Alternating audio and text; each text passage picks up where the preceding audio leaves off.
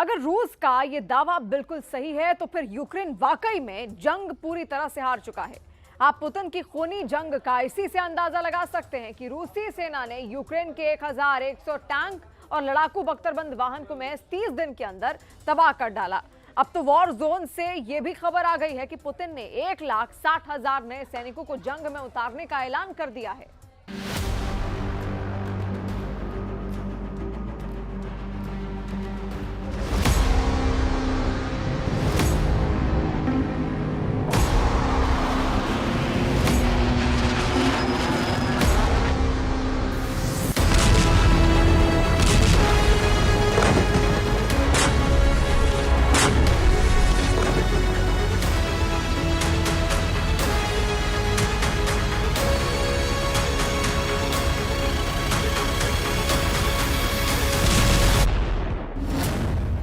Putin ने पलटी बाजी, 30 दिन में मारे 22,000 यूक्रेनी सैनिक। लंबी जंग करना कोई बच्चों का खेल नहीं है। ये कहावत यूक्रेन के राष्ट्रपति जेलेंस्की पर बहुत भारी साबित हो रही है। हम आपको हारते हाफते यूक्रेन को कुचलने में जुटे पुतिन का वो वॉर प्लान दिखा रहे हैं जिसने यूक्रेन की जमीन को यूक्रेनी सैनिकों का कब्रिस्तान बना दिया है। पिछले 24 घंटे में ही रूसी सेना ने जमीन और आसमान से कम 763 से ज्यादा हमले किए हैं। तबाह होते यूक्रेन की बर्बादी देखकर अब तो राष्ट्रपति ट्रंप भी बौखलाने लगे हैं। अमेरिका में सबसे ताजा सर्वे में अमेरिका ने राष्ट्रपति ट्रंप पर भड़कते हुए कहा है कि ट्रंप पूरी तरह से पुतिन के हमलों की अनदेखी कर रहे हैं और यूक्रेन जंग में ट्रंप अब धृतराष्ट्र की तरह आंखें मूंदे बैठे हैं।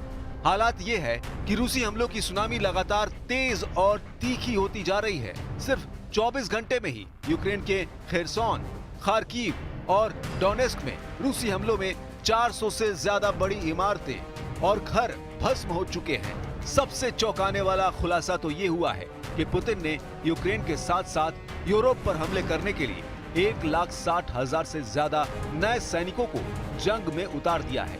दावा तो यहाँ तक किया जा रहा है कि पहले भर्ती हुए 1,50,000 सैनिकों के अलावा ये अतिरिक्त सैनिक रूसी सेना को बेशुमार ताकत और बढ़त देंगे। आप पुतिन के युद्ध के जुनून को इसी से समझ सकते हैं कि मार्च महीने के 30 दिन में ही यूक्रेन के 22,000 सैनिकों को मारने का दावा किया। रूसी सेना के तूफानी हमलों ने यूक्रेन और यूक्रेन की सेना दोनों के चिथड़े उड़ाकर रख दिए हैं।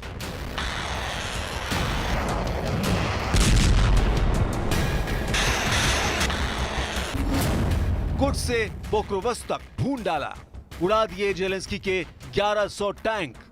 जब से डोनाल्ड ट्रंप अमेरिका के 47वें राष्ट्रपति बने हैं, उसके बाद से रूस के यूक्रेन पर हमले कम होने के बजाय बेहद तेज हो चुके हैं। हालात यह है कि राष्ट्रपति ट्रंप किसी भी कीमत पर पुतिन के खिलाफ खुलकर युद्ध नहीं करना चाह रहे हैं, जैसा कि अमेरिका के पूर्व राष्ट्रपति बाइडेन कर रहे थे।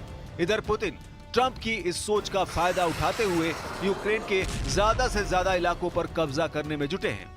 यही वजह है कि पूर्वी, दक्षिणी और उत्तरी यूक्रेन पर रूस के हमले बेहद तेज हो गए हैं।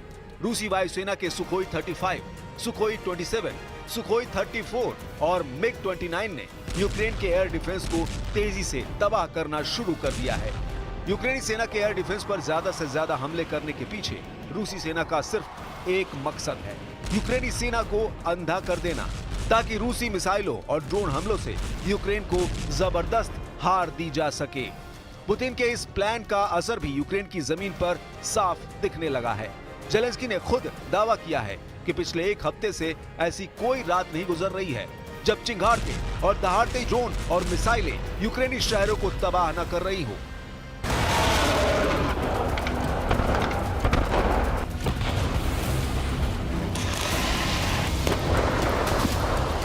यहाँ तक कि राजधानी कीव में तैनात अमेरिका और यूरोप के एयर डिफेंस सिस्टम को रूसी सेना ने बुरी तरह से तबाह कर दिया है, जबकि जमीन पर यूक्रेन को मिले जर्मन लेपर्ड टैंक, ब्रिटेन के चैलेंजर 2 और चैलेंजर 3 टैंक और अमेरिका से मिले अब्राहम टैंक भी रूसी सेना के तूफानी हमलों को रोक नहीं पा रहे हैं। हम आपको मार्च महीने के आंकड़े दिखाते हैं, जिससे साबित होता है कि यूक्रेनी सेना के पास बहुत जल्द जंग लड़ने के लिए हथियार नहीं बचेंगे। यूक्रेन जंग को 37 महीने हो गए हैं। चौथे साल में चल रही जंग में अब युद्ध ऐसे मौके पर पहुंच गया है जहां यूक्रेनी सेना बुरी तरह से तबाह हो रही है। रूस की सरकारी समाचार एजेंसी ने रूसी सैन्य विशेषज्ञ आंद्रेई मारोचको के हवाले से दावा किया है कि मार्च 2025 महीने में ही रूसी सेना ने यूक्रेनी सेना को बुरी तरह से भून डाला है। रूसी सैन्य विशेषज्ञ आंद्रेई मारोचको का दावा है कि रूसी सेना ने लुहांस्क बॉर्डर पर ही भयंकर जंग के दौरान मार्च महीने में ही यूक्रेन के 22,000 सैनिकों को मार डाला है, जिसमें भाड़े के लड़ाके भी शामिल हैं, जो यूक्रेन की तरफ से रूस के खिलाफ जंग करने में जुटे थे। रूसी आंद्रेई मारोचको का डंके की चोट पर दावा है कि यूक्रेन सेना को फरवरी की तुलना में मार्च महीने में 13 गुना ज्यादा सैनिकों का नुकसान हो चुका है। फरवरी में रूसी सेना ने सिर्फ 1800 यूक्रेनी सैनिक मारे थे, जबकि मार्च में यूक्रेन के 22,000 सैनिक मारे जा चुके हैं। यहाँ तक कि रूसी सेना के T-90, T-72 जैसे T सीरीज के टैंकों ने भी यूक्रेनी सेना के टैंक और बख्तरबंद लड़ाकू वाहनों को भी भारी नुकसान पहुंचाया है। आंद्रेई मारोचको का यह भी दावा है कि लुहांस्क बॉर्डर पर ही यूक्रेन के 1100 टैंक और बख्तरबंद वाहनों को रूसी आर्टिलरी और टैंक ब्रिगेड ने उड़ा दिया है। Географія та жорстокість російських ударів не просто іноді, а буквально кожного дня, кожної ночі показує, наскільки Путіну плювати на дипломатію. Ми вже кілька тижнів маємо саме американську пропозицію про безумовне припинення вогню. І щодоби фактично у відповідь на цю пропозицію російські дрони, російські бомби, артилерійські обстріли, балістика. Росія заслуговує на збільшення тиску на неї, на всіх.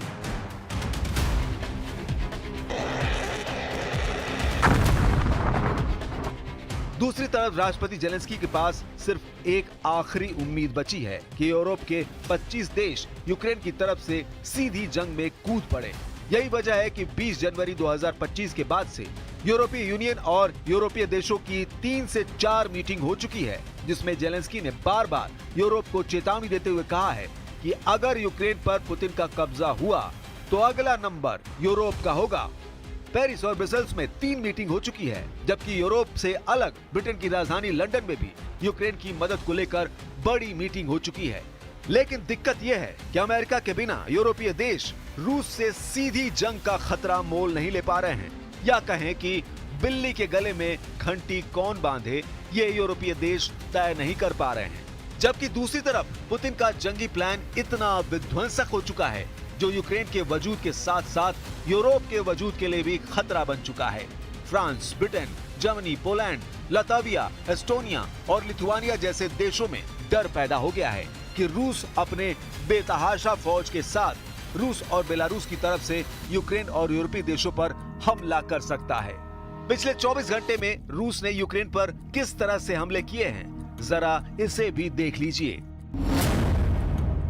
24 घंटे में रूस के 763 हमले, यूक्रेन की 400 इमारतें भस्म। आप रूसी सेना के तूफानी हमलों का इसी से अंदाजा लगा सकते हैं कि यूक्रेन के खार्किव, कुपियांस्क, लिमन, टोरेस्क और पश्चिम रूस के कुर्स्क मोर्चों पर यूक्रेनी सेना को भारी नुकसान पहुंचा है। 12 घंटे पहले ही यूक्रेनी सेना की रूसी सैनिकों के साथ 176 मोर्चों पर आमने सामने की जंग हुई है, जिनमें पोक्रोवस्क में 64 मोर्चों पर जंग हुई है। पोक्रोवस्क में चल रही बेहद खूनी जंग की एक वजह यह भी है कि पुतिन हर हाल में पोक्रोवस्क पर कब्जा पूरी तरह से चाहते हैं। रूसी सेना पोक्रोवस्क के पास लगातार आगे बढ़ रही है, जो एक रणनीतिक यूक्रेनी शहर है।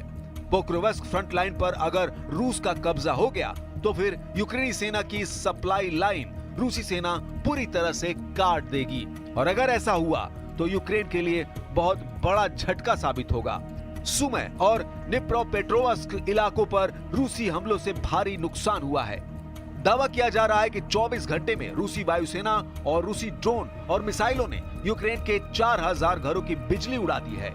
उत्तर पूर्वी सुमे क्षेत्र में हुए इन रूसी हमलों से हाहाकार मचा हुआ है। Ніч було загалом 172 ударні дрони. Over the past night, there were a total of 172 attack drones, more than 100 of them being Shaheds. Such massive drone strikes are now happening almost daily, along with missile and ballistic threats. Our partners must understand that these Russian strikes target not only our people, but also all international efforts, diplomatic efforts aimed at ending this war. Russia is striking against the positions of everyone who seeks to end the war.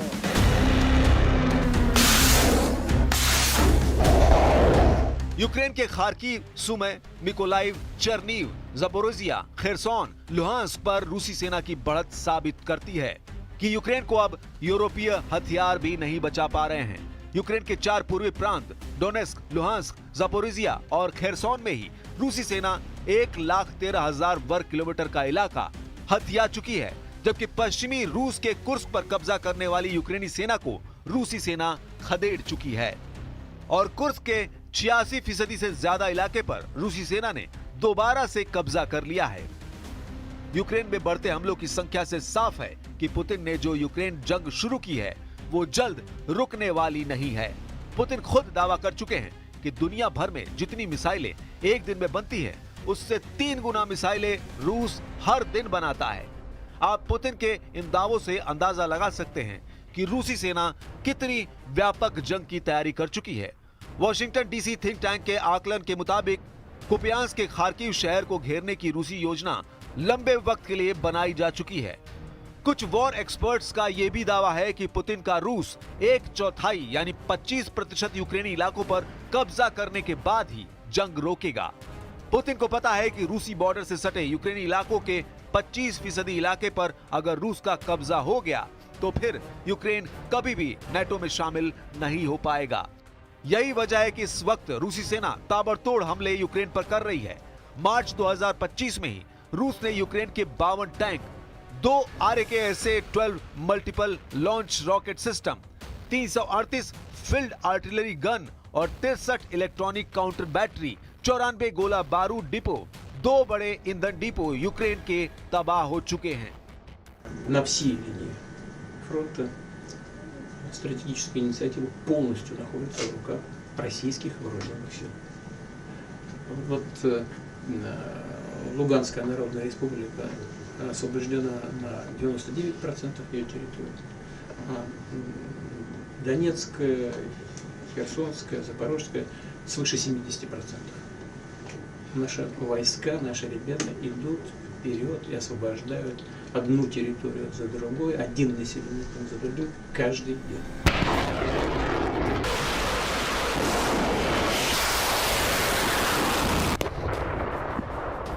इन हालातों को देखकर ही war experts दावे कर रहे हैं कि Putin ने साल 2026 तक लगातार युद्ध करने का प्लान बना लिया है। ऐसा दावा ISW की तरफ से भी किया जा रहा है। ऐसे हालात में जेलेंस्की का नया दावा सोचने को मजबूर करता है कि यूक्रेन के बाद नाटो देश पोलैंड और लिथुआनिया पर पुतिन का रूस जल्द ही बड़ा हमला कर सकता है। रूस यूक्रेन जंग को 1034 दिन से ज्यादा का वक्त हो चुका है। 3 साल की जंग में यूक्रेन में भयंकर तबाही हो चुकी है। चौथे साल में चल रही जंग तो यूक्रेन के लिए नासूर साबित हो रही है।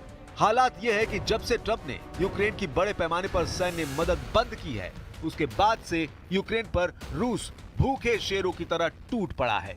पिछले 24 घंटे में ही रूस ने यूक्रेन के उन इलाकों पर भयंकर हवाई और जमीनी हमले किए हैं जहां पर यूक्रेनी सेना खुद को मजबूत करने का दावा करती है। हम आपको दिखाते हैं कि कैसे पुतिन के खूनी हमलों ने यूक्रेन के कम से कम 4 प्रांतों के चिथड़े उड़ाकर रख दिए हैं। यूक्रेन के खार्किव प्रांत में ही पिछले 18 घंटे में काफी यूक्रेनी नागरिक मारे गए हैं। कुछ खबरों में दावा किया गया है कि खार्किव में 12 से ज्यादा लोग मारे गए हैं। खार्किव में रूसी हमले में यूक्रेन का सैन्य अस्पताल, शॉपिंग सेंटर, अपार्टमेंट, बड़ी इमारतें और सैन्य ठिकाने तबाह हुए हैं। रूस ने हवाई हमलों से तूफानी हमले किए हैं। यूक्रेन के सुमी, ओदेसा, डोनेस्क में रूस ने 11 ड्रोन से हमले किए हैं। रूस का दावा है कि यूक्रेन में दक्षिणी ज़पोरिज़िया क्षेत्र में शचे ब्राकी गांव और पूर्वी डोनेस्क क्षेत्र में पेंटेलेइमोनिवका पर कब्जा कर लिया है। मॉस्को ने यूक्रेन पर पिछले 24 घंटों में यूक्रेन के पावर प्लांट का धुआं निकाल कर रख दिया है। जेलेंस्की ने यूरोपीय देशों से 2 टूक कहा है कि अब वक्त आ गया है कि यूक्रेन में यूरोपीय देश जंग करने के लिए अपने सैनिक भेजे। बेहद गुस्से में जेलेंस्की ने साफ कहा है कि यूक्रेन को शांति सेना नहीं, यूरोप की स्पेशल फोर्स और हथियारों की सख्त जरूरत है। Вам ударні дрони. Over the past night, there were a total of 172 attack drones, more than 100 of them being Shaheds. Such massive drone strikes are now happening almost daily, along with missile and ballistic threats. Our partners must understand that these Russian strikes target not only our people, but also all international efforts, diplomatic efforts aimed at ending this war. Russia is striking against the positions of everyone who seeks to end the war.